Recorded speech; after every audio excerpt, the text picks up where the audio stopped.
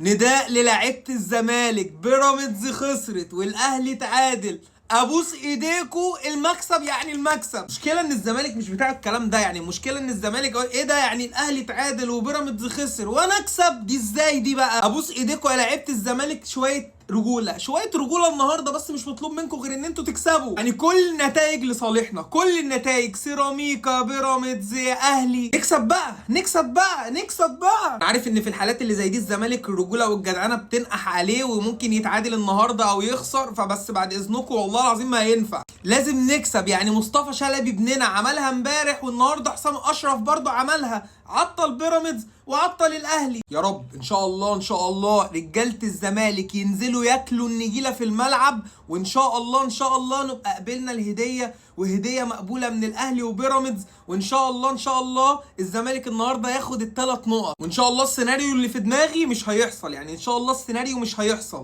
فنتقابل بعد ماتش الزمالك وكهرباء اسماعيليه ونشوف ساعتها الدنيا هتبقى ايه، هنشوف هنصيح ولا هنحتفل. ولو احتفلنا ان شاء الله ان شاء الله ان شاء الله هتشوفوا شويه فيديوهات والله العظيم ما شفتهاش يعني من فتره كبيره. ان شاء الله بس تخلص على خير، ان شاء الله باذن الله تخلص على خير، ان شاء الله ان شاء الله الزمالك النهارده هيفوز على كهرباء اسماعيليه.